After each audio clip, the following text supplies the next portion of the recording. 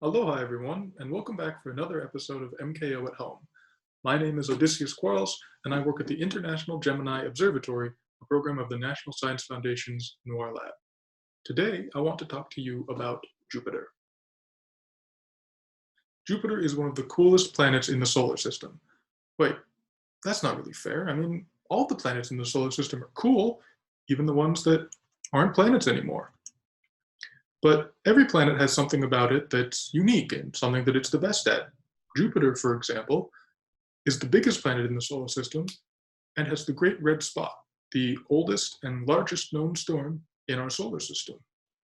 Even though we call it a spot, it's actually huge. This swirling storm is wide enough to fit Earth inside it, twice. By the way, the names we use for the planets come from the Romans. Jupiter was the Roman god of thunder and was also the king of the Roman gods. So whoever named the giant stormy planet Jupiter definitely knew what they were talking about. Anyway, because Jupiter is so huge, it's a very popular target for people to point telescopes at. You don't even need a very big telescope to see it pretty well. With a decent amateur telescope, you can see the Great Red Spot from your own backyard. To do cutting-edge science on Jupiter, though, you'll probably want the sharpest image possible. That's exactly what a team of astronomers, led by Michael Wong of the University of California, Berkeley, did. Using the 8.1-meter Gemini North telescope, together with the Hubble Space Telescope, astronomers took incredibly detailed pictures of Jupiter. In images like this one, Hubble saw the colorful cloud tops of Jupiter with visible light. At the same time, Gemini used infrared light, invisible to human eyes, to peer through the thinner clouds and see the gas giant's interior. Let's take a look at what the Gemini North telescope saw. Wow! With infrared light, Jupiter glows like a jack-o'-lantern. This is because infrared light is basically heat radiation. The warmer something is, the more infrared light it emits. Some things even get so hot that they glow with visible light. Jupiter isn't hot enough for that, though. In fact, the tops of the clouds are freezing cold. That's why most of this image is dark.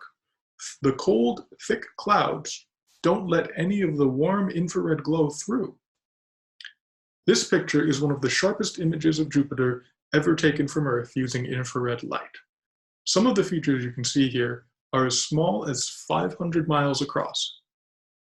Wait a second, 500 miles?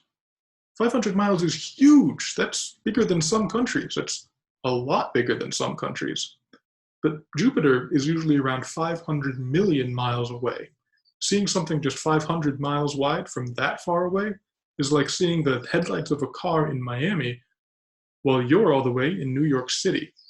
Remember, this is what Jupiter looks like without a telescope. Jupiter is the dimmer light here, right below the center in the middle.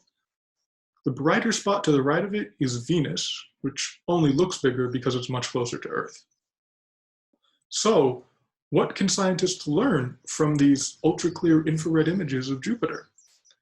Well, by combining Gemini's view and Hubble's view with information from the Juno spacecraft, that's NASA's Jupiter probe, astronomers can get a three-dimensional view of Jupiter's storm clouds. Hubble sees the cloud tops, Gemini sees the bottom, and Juno can detect lightning strikes to probe the insides of the clouds. Here's an artist's rendition of how these three instruments work together.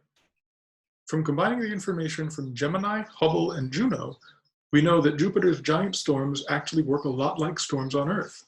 Warm, wet air rises, creating clouds as it dries and cools. Then the cool, dry air falls down through the cloud, collecting heat and water until it starts to rise again. This process of the air going up and down and back up again is called convection, and it's how heat gets moved around, whether you're on Earth, Jupiter, or anywhere else with an atmosphere. The difference on Jupiter, though, is that the clouds are 40 miles tall compared to the measly 8-mile tall clouds we get on Earth, and the lightning strikes that the storms routinely belt out are 3 times more energetic than the strongest superbolts recorded on Earth. Talk about a god of thunder. Of course, I can't talk about Jupiter without talking a little bit more about the infamous Great Red Spot, the biggest storm in the solar system, so big that it could swallow up the entire planet Earth twice. When we look at the Great Red Spot with visible light, we see a swirling cyclone of colorful clouds. But in some pictures, we can also see dark patches. Take a look at the bottom left image. Can you see a dark arc near the bottom of the spot? Ever since these were first found, astronomers haven't been quite sure what causes them. Either they're clouds made of darker material that we don't see many of in the rest of the planet, or they're holes through the clouds down to warmer layers of Jupiter's atmosphere. But when you take a look at Gemini's view with the infrared light in the top right, you can see that same arc is lit up. In the bottom right, the images have been placed on top of each other, and you can see that the glow lines up perfectly with the dark area. Since that glow is caused by Jupiter's heat, and it would be blocked by the clouds, this tells us that the dark spots must be holes in the cloud. These are just a few of the discoveries made with these sharp images of Jupiter, and there's still a lot left to learn.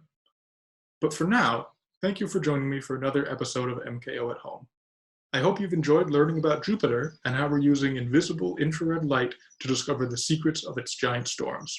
Be sure to check out the rest of our channel, Maunakea Astronomy Outreach Committee, if you'd like to see more of our videos. If you enjoyed learning about Jupiter today, remember to leave a like and comment below the video to let us know what you think. You can also subscribe and click the bell below the video to get notified whenever we post a new episode. Thank you for watching, and aloha.